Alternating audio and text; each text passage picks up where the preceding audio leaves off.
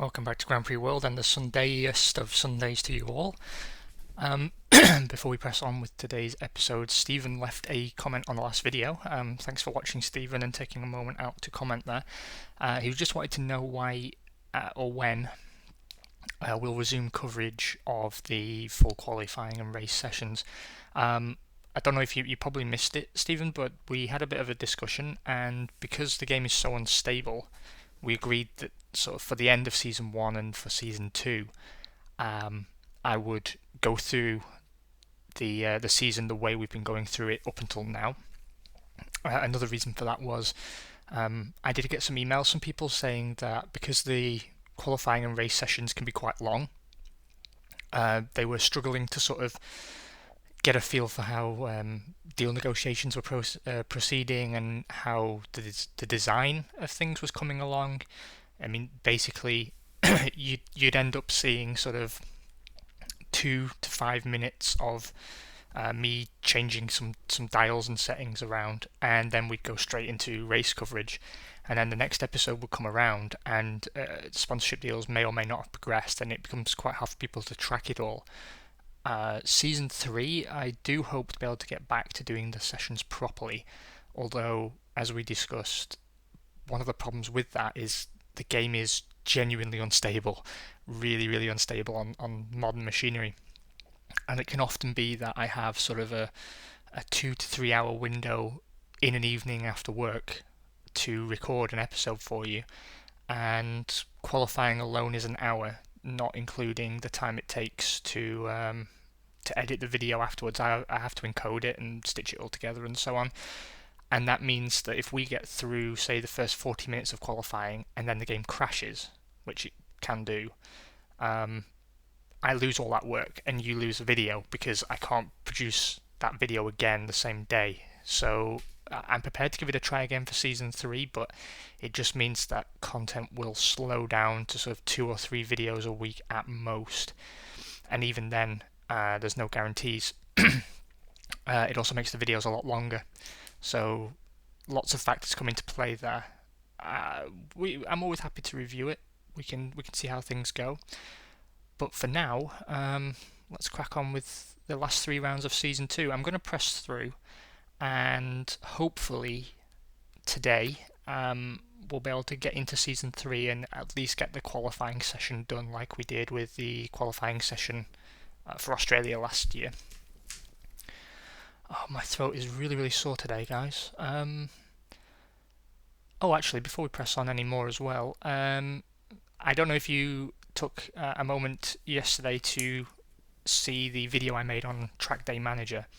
Track Day Manager it's very interesting. I still think it needs a bit more depth to be truly great, and it's obviously not Formula One. It's not officially licensed in most regards. But certainly the way they've done the races is interesting. I'm always looking for a new F1 game that does kind of genuine TV style presentation. But we're not going to get that, I don't think, not for the foreseeable future. If Track Day Manager was interesting at all for you and you'd like me to go on playing it, I'm quite happy to do that. The races are quite short, it's stable, it's on new generation machinery, so I don't have the technical problems I have doing something like Grand Prix World. My F1 Manager video is still in the works. I can't figure out what the problem is. Sometimes I start the game and the fraps counter is there and it records. Other times it just doesn't. And because there you really sort of you have to sit through the full race and you have to sit through the full qualifying to get the best result. It means that the videos really drag out and you lose some footage in the middle and all kinds of problems. But I am working on it. And to address another comment at the start of the season, someone asked me to play Grand Prix Manager 2, I think it was. I picked that up. I have a copy on my other machine, and it runs stably. It's made by the same people who made Grand Prix World. I describe it as, imagine Grand Prix World is The Sims 4 to Grand Prix Manager 2, which is The Sims 3. So it's kind of, the essence is the same, but it's simplified to make it more appealing to a wider range of people. Grand Prix Manager 2 is fantastic. It really is great, but it's not as slickly presented as this. It's it looks old. It's based on the 1996 season. There's no 3D graphics to my knowledge, not true 3D. I'm happy to do a playthrough for you if people want to see it. There is a lot more depth to it. However, it can be a bit bewildering, and I'm not entirely sure how I'd best present it to you. It's a lot more tech focused than this game is. I've always thought Grand Prix World is the best F1 management game because it balances everything particularly well, and there's very little I'd change about it if I was remaking it. There would be changes, but not many. Whereas Grand Prix Manager 2 is, I mean, you have to play it well. You have to really read up how to play it well, and it's difficult. I don't think anyone would shame me too much for saying it's a difficult game. But I'm not against that. So if you guys are interested in seeing it, I need to find a way to be able to record it. I believe it runs. It should be running in DOSBox, I think, which means Fraps will not record it. Neither will most native video recording applications that come installed on graphics cards these days. So I'm thinking, Shadowplay or so on. So I don't know. Maybe I'd have to invest in some new recording software. We'll cross that bridge when we come to it. I'll keep an eye on the comments and see if it's necessary. Also, I'm going to do a channel update video later today for sort of the wider viewers. These videos. Sorry, I've forgotten how to talk today. It happens quite frequently. I know. You think I'd get better. These videos, I'm really enjoying doing them, and they tend to get the best interaction from the people who watch them. But it attracts a slightly different audience to the wider channel where I'm doing or have been doing things like RimWorld or Sid Meier's Civilization Beyond Earth and all the other stuff. So I'll do a separate video for the people who watch that stuff because they've been woefully undercatered to recently while I've been so focused on Grand Prix World. But for you guys who are here, I'll update you here. There's going to be a few changes on the channel to make things a bit slicker and more professional. So I've got someone super cool working on some new graphics for the sort of the background of the channel and a new icon for me. I'm also dropping some money on better microphone equipment, so you don't have to hear all the details every time I'm sick, and the sound doesn't. I mean, how it works at the moment is I do have a microphone, and that is quite good. The microphone is pretty solid. However, because of how it's designed, it's always super close to your mouth, and it drives a lot of people, including myself, completely crazy. So I'm replacing it with a Yeti. So you should get much better sound quality starting in about 2 weeks' time, I'd guess. And I'll also be not so much for Grand Prix World, but for the other videos, I'll be trying to upload in even higher quality where I'm able. It's not always that easy. Anyway, I hope all that's been somewhat helpful. Let's check the news. Nothing we don't already know there. Apparently we have no tyre deal, which isn't true because we signed with Bridgestone, as I recall. Both Williams are in the top 6. Benetton will use Goodyear tyres, but it doesn't say whether that's a partner or a works deal. And Jordan will be using Agip Fuels as a partner because they don't offer works deals. The Benetton cars have traction control. We know that because they had a great start. Jackie Stewart is the worst manager. Ron Dennis is the best, despite being completely incomprehensible. Profit of $338,707. I will take it. And take it very gladly. I forgot where we were last time out, but it seems we've repaired the cars. Have we done construction? Yes, we have. Okay. My memory is absolutely awful. Oh, we have a C-Spec car. That's right. we have a C-spec car, unraced, as I recall, and we have no new specifications of anything. How are things going over here? Yes, we signed a 1-year partner deal with Bridgestone. I thought we did. I really did. We've got the fuel supplier in position. So now what we really need to do is within 2 races, we need to get PIAA to drop the cash on us, and I don't think that's going to happen. So we're going to be without a team sponsor or a major sponsor of any description. We'll continue taking Ferrari and Bridgestone along to all the races to try and get as many of the bonuses we're able to. Yeah, I'm not prepared to go for a cheaper sponsor, to be honest, for a team deal. We set some goals though, and those goals. Oh, here we go. We got a 3-season deal with Telecom Argentina. I'm not going to give them the team package, of course. So let's sign those bastards. Actually, I'll leave 10% on because we want the bonuses. We do want the bonuses. And I'll put an extra 5% on Bridgestone because we don't have any of the bonuses with them just yet.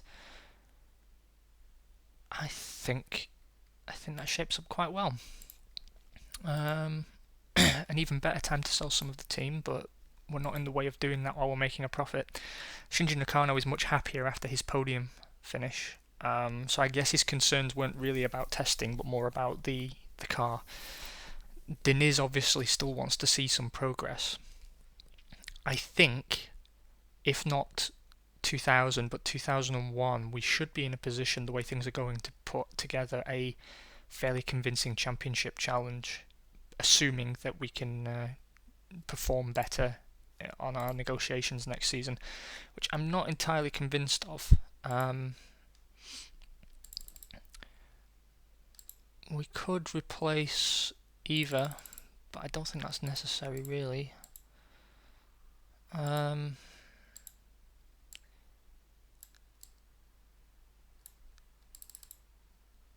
Let us press on to the end of the season and we'll see who we can pick up.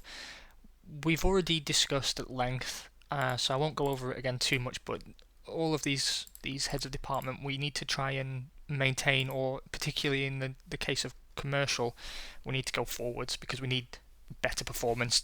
We are losing out consistently to other teams in that regard. However, our economic capacity has steadily increased, and that is the underlying key to success.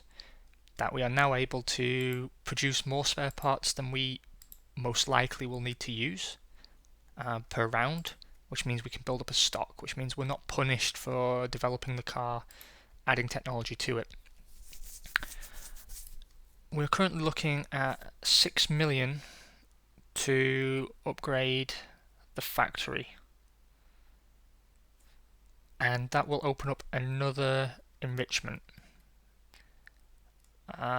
Which one we would go for, I don't know, but it would also add 10 staff to each department, which, again, it's very, very, very plausible to win a championship with a solid level 1 factory, and level 2 becomes even easier.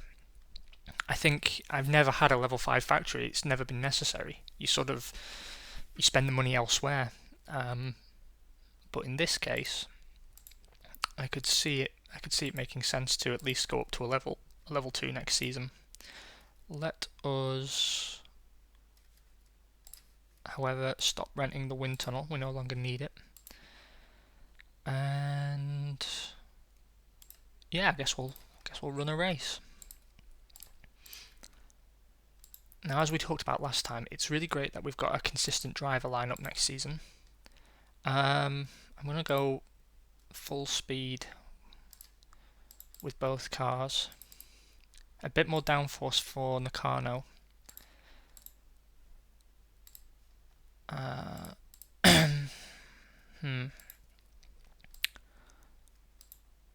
still don't know what the situation is with that second level of servo brakes. However, we are rocking 3 of the 4 potential driver aids at level 1. So level 1 obviously isn't great, but it is a force multiplier to the car's performance. Both cars will remain on the hard compound. I think it's the right decision to make. Although it's a speed track, this.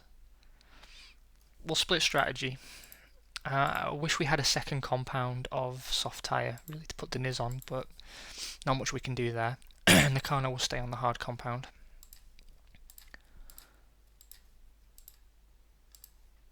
Yep. We'll take a look at Benetton for a traction control system. And let's hit it. Cloudy, 18 degrees. That might work to our favour. But apparently not. Johnny Newhouse takes pole for McLaren Ford on a 149.633. There's only 3/10 covering the top 9 actually. Eddie Irvine takes second for Benetton Mercedes. The power unit, I suppose, has probably made the difference there, because they're on Works Mercedes power. Schumacher Williams Ford takes a 149.665 for third. Out qualifying again Damon Hill Williams Ford 149.791. We are 4, almost 5/10 in front of the Jordan of Alexander Wurz. And despite being on the slower tyre, Nakano is around a 10th slower than the Niz, which means Nakano is on paper faster. But that could just be that he's particularly well suited to this track. Tyrrell are still amongst the Jordans and Saubers. Johnny Herbert had a bad session. The Prosts continue to be basically on their own, although Stewart seemed to have closed the gap, whereas Minardi have continued to stay dead last, convincingly so as well, 2 seconds off the back of the Stewarts. So I don't know what's gone wrong with their car, but it's gone massively wrong. 16 degrees and dry, that is hopefully good for the power deficit. There'll be 2 stops for Deniz, and he'll be running lighter on fuel, whereas it'll be a 22-22 split for Nakano. Given the size of the gap, I could actually see Nakano finishing ahead of Deniz, assuming that they both finish. I'm hoping the extra downforce also means he's more likely to keep it on the track and out of the barrier.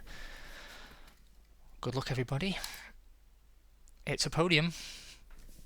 Yeah, you're wondering how I can tell. It's because there's a slight lag when you press the button. Oh, look at that, 3rd and 4th.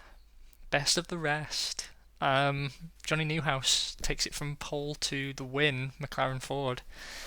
Second goes to Damon Hill, Williams Ford. I can only assume something happened to Schumacher. The final podium position, Pedro Diniz, Iros Mugen Honda. 10 seconds down the road, but regardless, in third. Shinji Nakano takes 4th. David Coulthard, McLaren Ford, takes 5th. And Esteban Tuero, Benetton Mercedes, takes the final point scoring position ahead of the Jordan of Jean Alesi. Schumacher was the first out. Engine failure on his Ford unit. Heinz Helfrensen makes another driver error.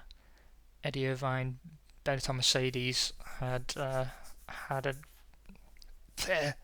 Learn to speak. I'm sorry, I'm going to go away and practice in front of a mirror and learn to speak because my sentences are not coming out this morning. I only woke up about 20 minutes ago and I'm still tasting the coffee and toothpaste. Also out to engine failures were Mika Hakkinen in the Prost and Andrea Montemini in the Stewart. And there's a hydraulic failure for the Tyrrell Mechachrome of Juan Pablo Montoya. Most cars finished on the same lap as the leader, save for both Minardis, the Prost of Marini, and the Stewart of Ricardo Rosset.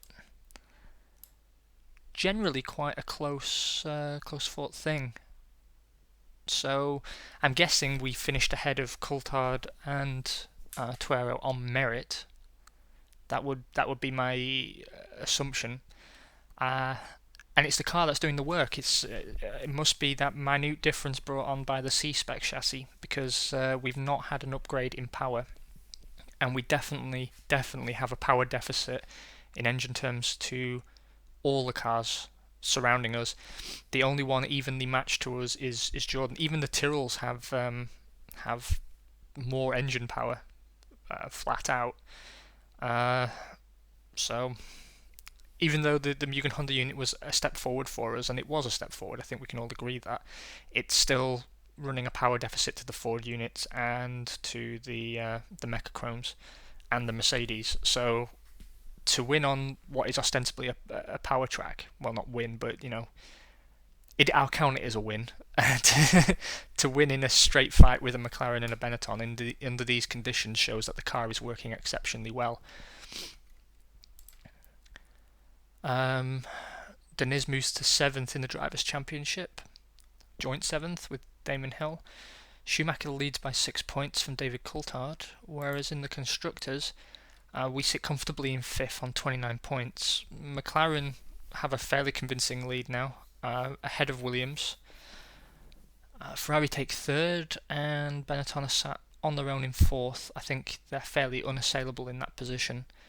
I'm surprised. I am surprised. I saw Benetton as easily a top 3 team. I think, to be honest, Tuero has let them down, and I guess they've had some reliability issues. I could have seen the Williams Fords take the win. I mean, let's not forget McLaren are on partner deal, as are Ferrari. Williams is the only works Ford outfit, so they should be able to develop the power unit, and I guess they're not. But however, that's the 5th we wanted. Okay, let's see what's going on in Sponsorland.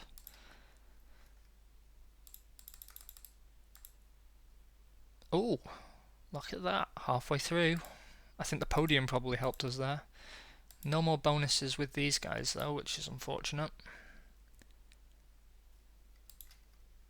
Never mind though, never mind. Let's take a look at the car for next year.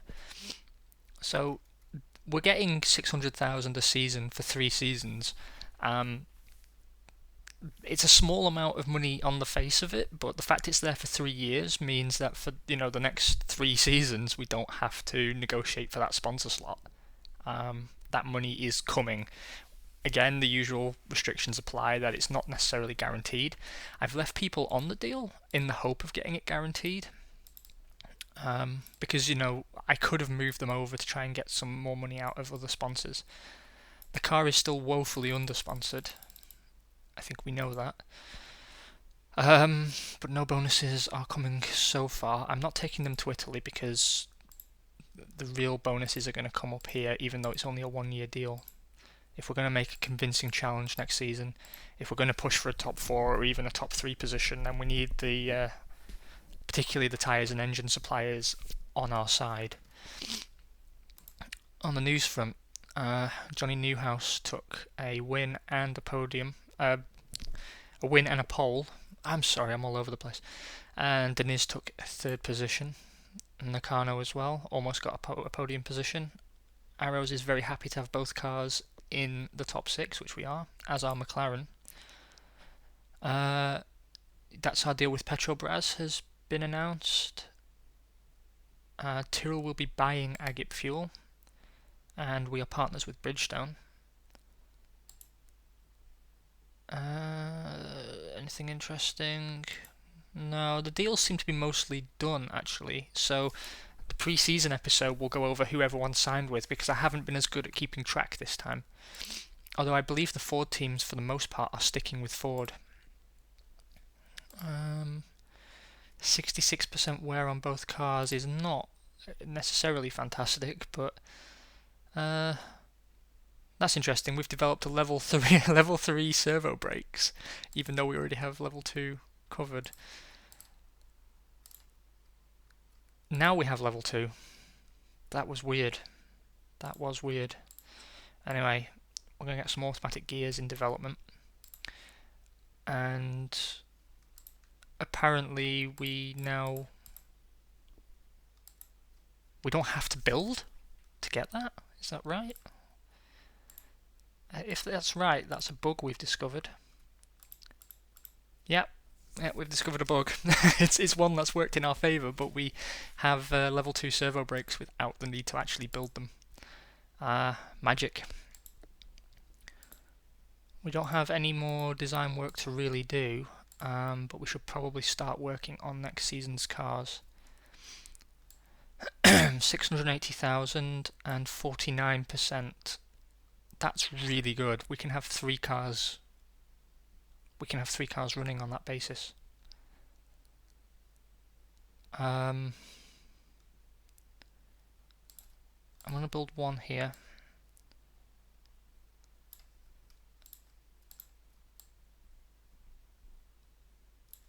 And we'll get 3 spare parts.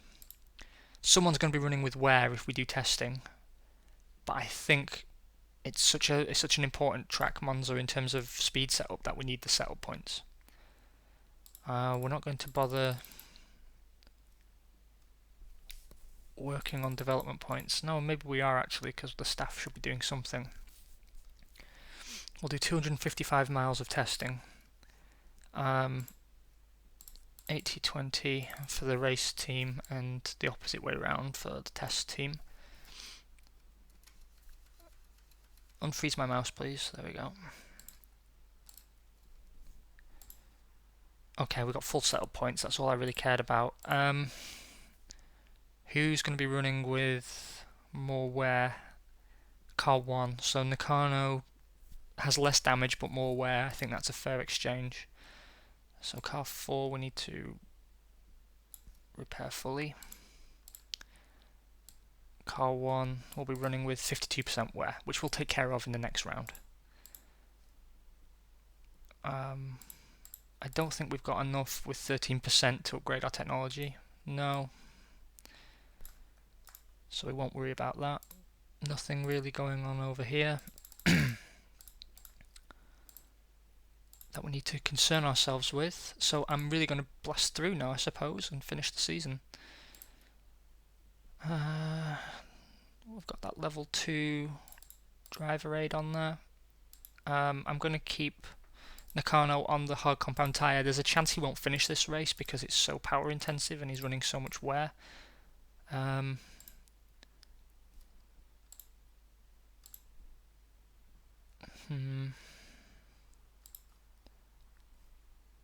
going to set him up like that.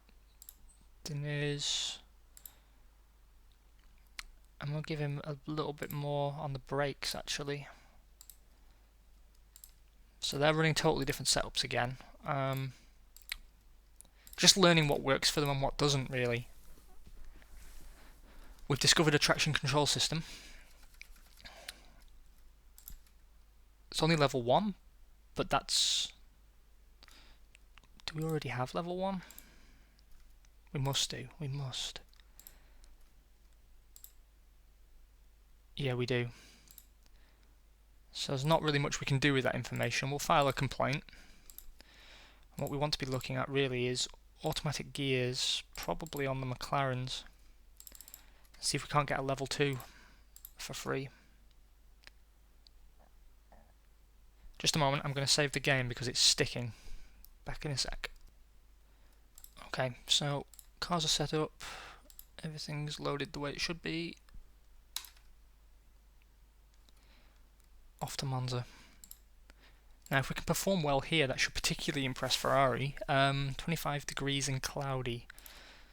So it's hard to know really how that's going to work for us. 9th and 10th again. Eddie Irvine takes pole for Benetton Mercedes. That's the power unit coming into play because they are on Works Mercedes power. Heinz Howell Frentzen Ferrari Ford takes second, ahead of Johnny Newhouse McLaren Ford. They are all very, very closely matched. And again, the top 12 are within a second. They're within a second. In fact, they're within 7/10 of a second. It's very, very close, so it's all to play for. Again, if Nakano can nurse the car to the finish, this could play into his hands. This strategy, if he's able to keep on that kind of playing field, on the harder compound, then there's a chance the car should serve him well enough to get himself up towards the sharp end of the grid, I would hope. 22 degrees, cloudy. We'll go the same as last time, so fresh boots for every stop. Boring stuff, I know, but that's what wins. 27, 26. And fresh boots for Nakano. It's another podium. First, it's our first win. Hey, get a load of that. Shinji Nakano, Arrow's Mugen Honda, takes the win ahead of Johnny Newhouse, McLaren Ford, and Pedro Diniz takes the final podium position, Arrow's Mugen Honda. Rubens Barrichello, Ferrari Ford, takes 4th. Damon Hill, Williams Ford, takes 5th. And Ferrari Ford of Heinz-Harald Frentzen takes 6th.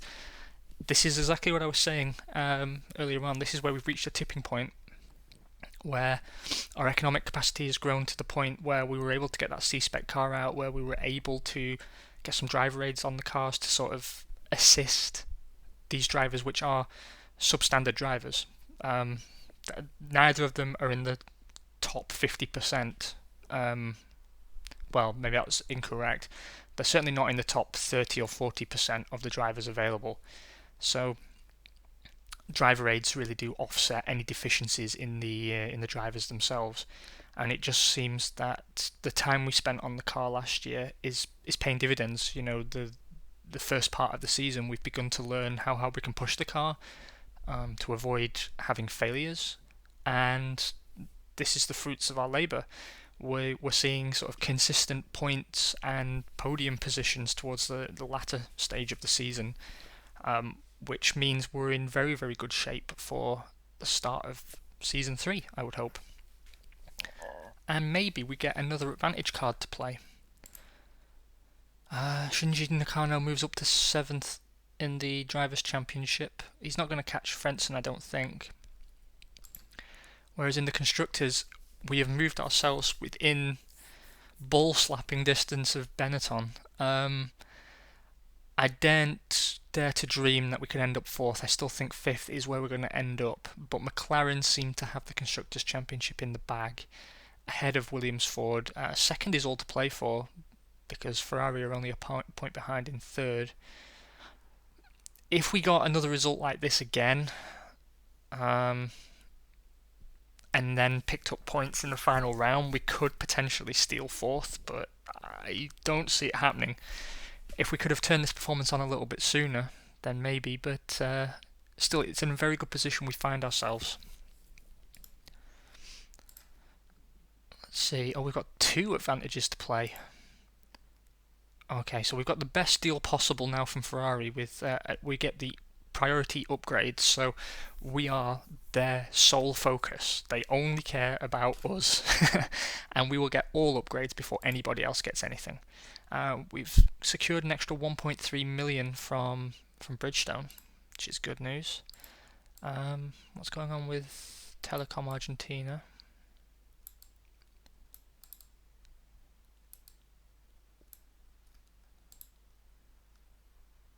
We've got a bonus from them as well, an extra 30,000. It's not much, but we'll take it. So, how to play these advantages? How do we play these advantages? Good question.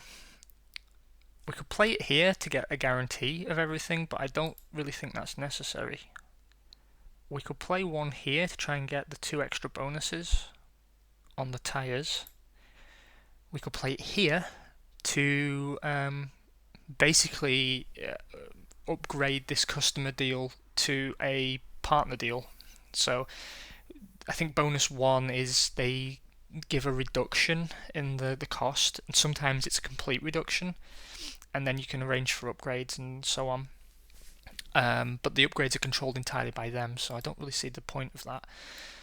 And we could use one to get the PIAA deal done, which it seems like a waste, right? Because we could save both those advantages, use them elsewhere, run the next round, and have them ready to sign straight away. But if they sign with someone else, or if they have not agreed a deal with us by this time after Luxembourg, then we won't sign them. 1.8 mil, which we will be able to double, is kind of too much money to sort of turn down, especially when we're in such a good position to actually push for progress. That I think I'm going to drop the TV advantage, and the success advantage I guess I'll drop on Bridgestone. I'm reluctant to do it because it's only a 1-year deal, but we'll get new advantages next season that we can spend. And keeping this here prevents us earning another one, so we might as well. There is times you want to hold on to them, but at the moment we've got one round to get as much out of these people as we can, because we've woefully underperformed in terms of gaining sponsors. We're still in a better position than the year before, but I mean that's entirely down to this Works Ferrari deal. So yeah, let's drop it on Bridgestone. We've got some automatic. Got an automatic gearbox to run past the FIA, and they're happy to proceed. That is good news. Okay.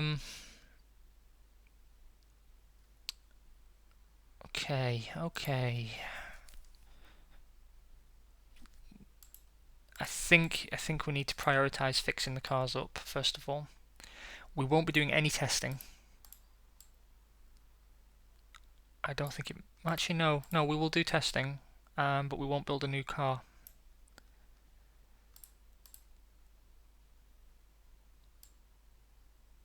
Or will we?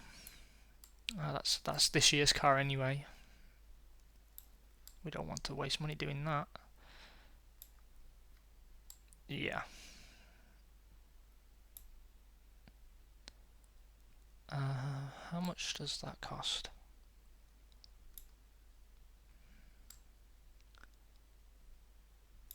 No, we need the cars in the best condition possible so I can build another car next round.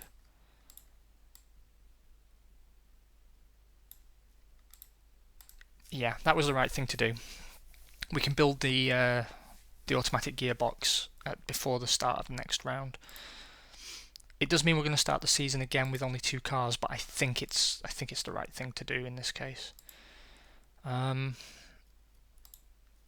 So test program. Run 250 miles of testing just with the race guys.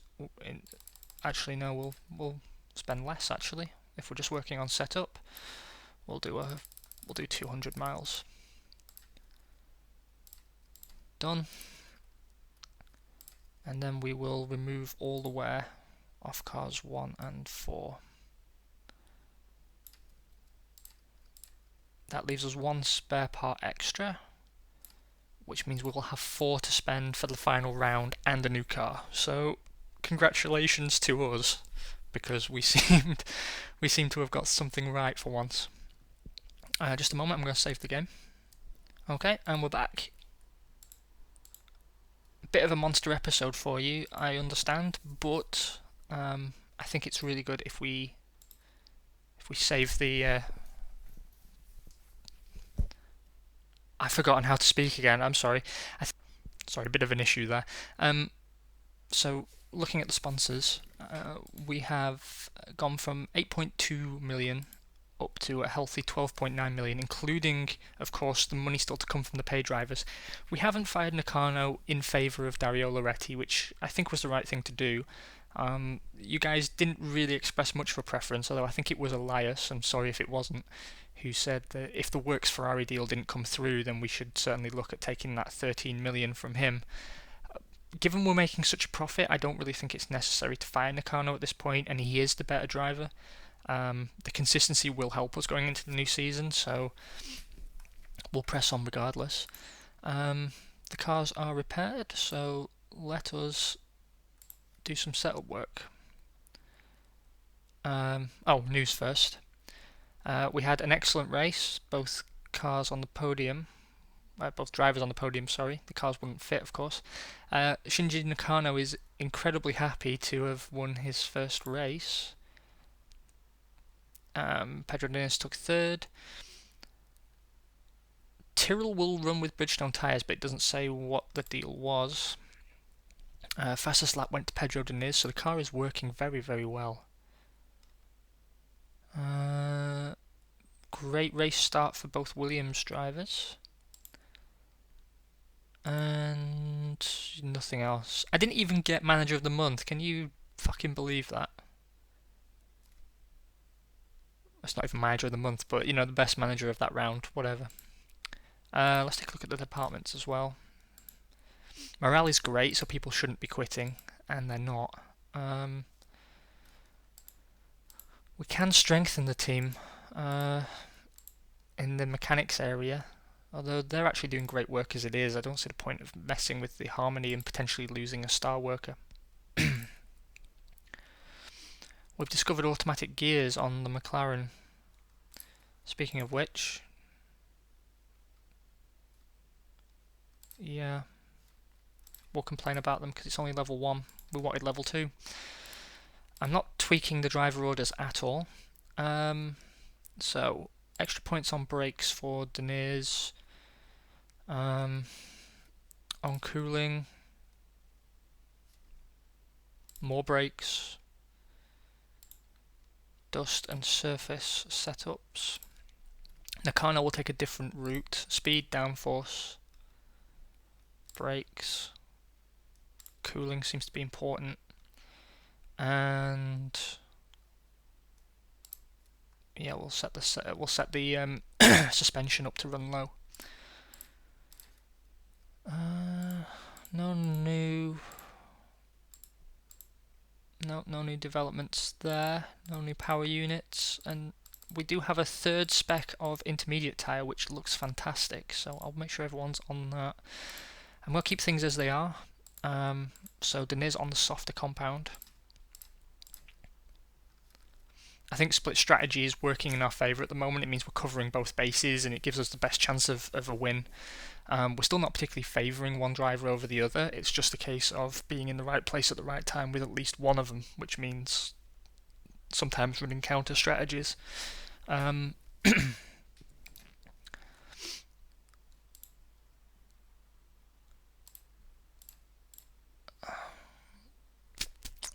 Go. Oh, Nakano had a terrible session. All the way down in 13th.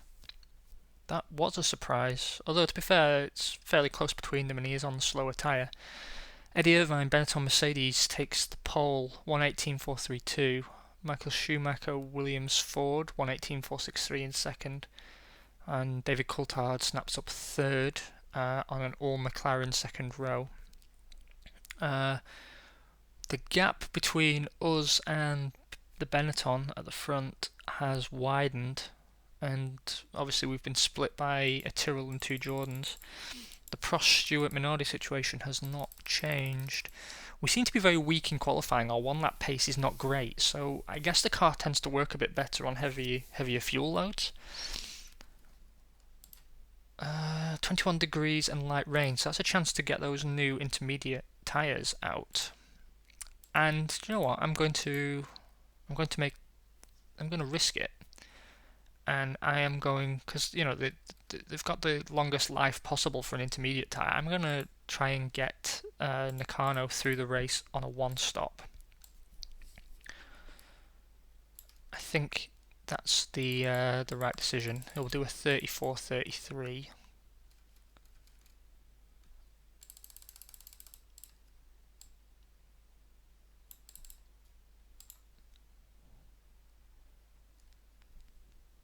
Here's hoping. Oh, Diniz had an engine failure.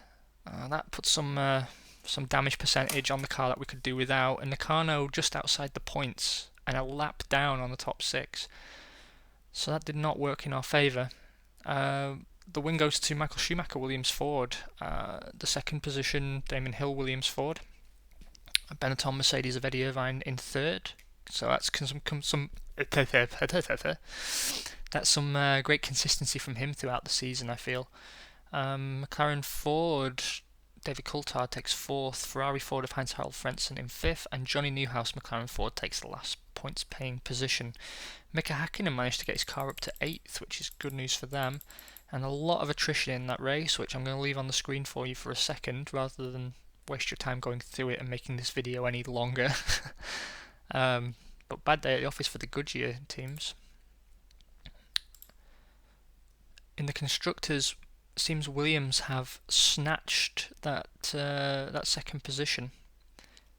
So congratulations to them. I don't think Ferrari are going to close that gap, but McLaren Ford, I think they've won it. I think they're pretty unassailable at this point. The drivers is a lot closer, so I think that won't be decided just yet, although the news will tell us if I've missed something. Sponsors first of all. Yeah, we're getting free fuel from Petrobras, which is great news. We're allowed to assist. I'm not an American. We're allowed to assist the research and development efforts of Bridgestone. What that means is, instead of getting our own, well, we do get our own specification of tyre, but we can shift points around rather than add points. So we can't make an objectively better tyre, we can just make a tyre that's better for us. So it's still a good thing to have. And also we do have access to tyre upgrades, which we wouldn't have got previously. So that's all moving in the right direction for our championship challenge, potentially.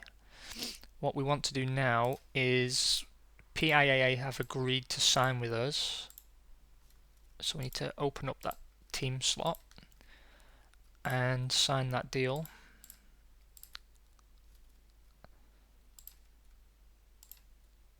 So 3.6 million coming in from PIAA. That takes our budget to 15 or 16 million before pay drivers. So financially, we're in great shape. Really great shape. I'm going to take some guys off that deal and put them back onto fuel. And we're going to try and get ourselves some guarantees in the final round. We won't see the effect of that until next season, but we have got a 50% full sponsor package. It's not great. There's a lot more money out there, but we've doubled our budget, more than doubled our budget year on year. So I think we can be happy. I think we can be very, very happy. Let's just run this final race. We'll check the news first. Another win for Schumacher, another podium for... not podium. Why am I doing that? Why am I doing that? Idiot. Another pole for Eddie Irvine.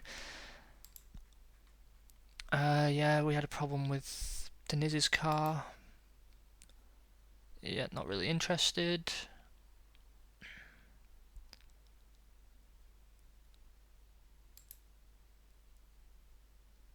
Look at that. Even Tyrrell have managed to get a full a full sponsor package.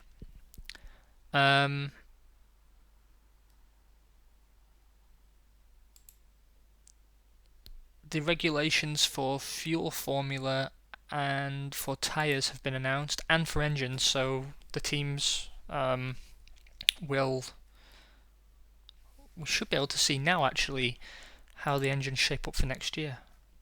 I think. I could be thinking of another game, but I know it's important when they finalise the specifications. We have a new spec of Mugen Honda engine with more power. That's exactly what we needed. Hopefully we can go out on a high with this new power unit, but I think it's on the sponsor screen. Engines. Maybe, no, this is this year's spec.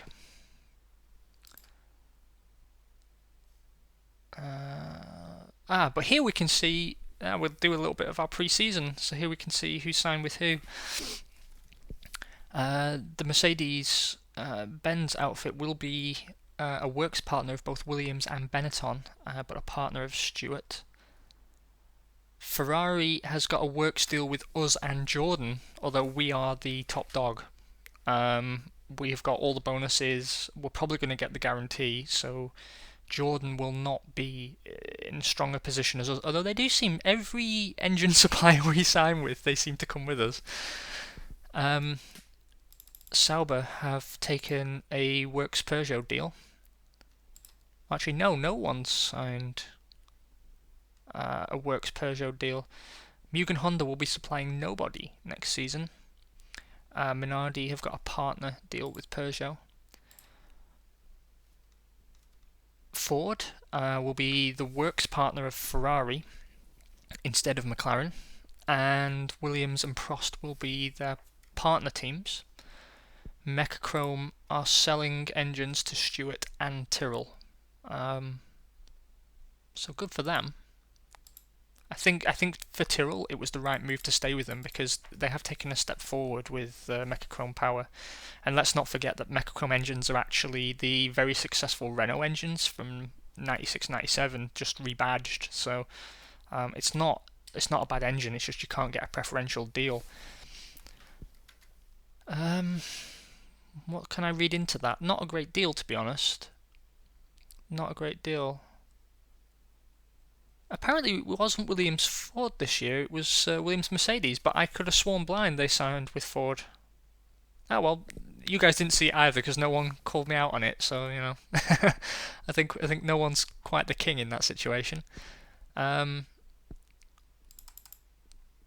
McLaren Mercedes does roll off the tongue much better than Benetton Mercedes does. It's very hard to read what's going to happen. Williams going from a works to a partner deal is not great.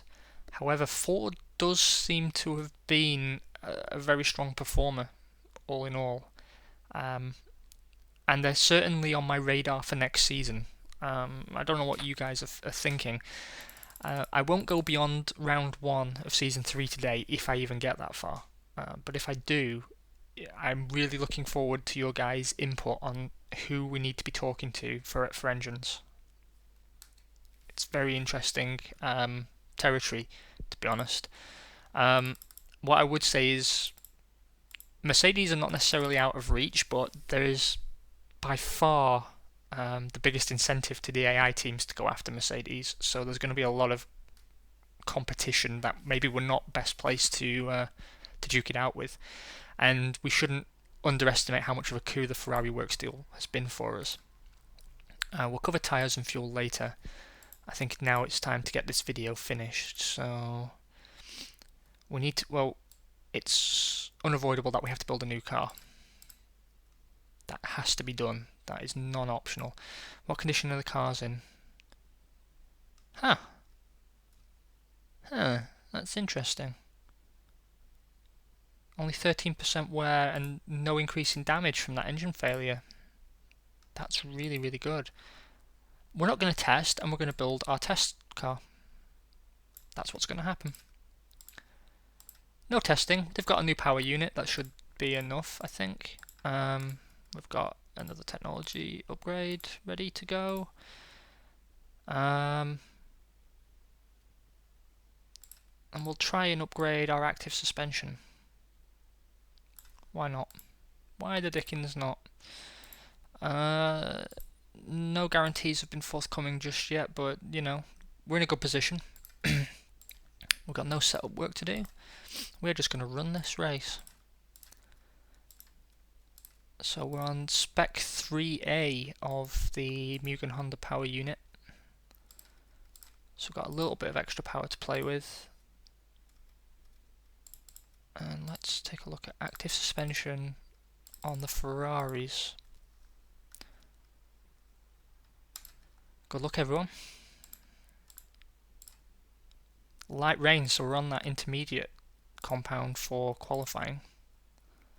It's a very good compound, and it puts us 7th and 10th. It seems Nakano likes the changeable conditions better than Deniz does. Damon Hill takes pole Williams Mercedes. I've been saying Williams Ford all year. Williams Mercedes. 143.480. That was a very, very good lap for him, and that's his best performance of the season. Michael Schumacher, Williams Mercedes, takes second from Eddie Irvine, Benetton Mercedes. David Coulthard, McLaren Ford, takes fourth. Jean Alesi, Jordan Mugen Honda out-qualifies us. They must have got that new spec as well. And Heinz-Harald Frentzen, Ferrari Ford, takes sixth. Mika Hakkinen has his best qualifying of the season to put his Prost into eighth.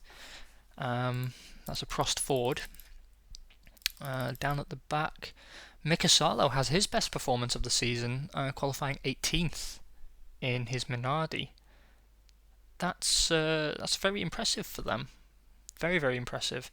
Marini's bad season continues. Stewart seemed to be going backwards. Not much more to read into that, actually, apart from a terrible, terrible session there for Esteban Tuero in the Benetton.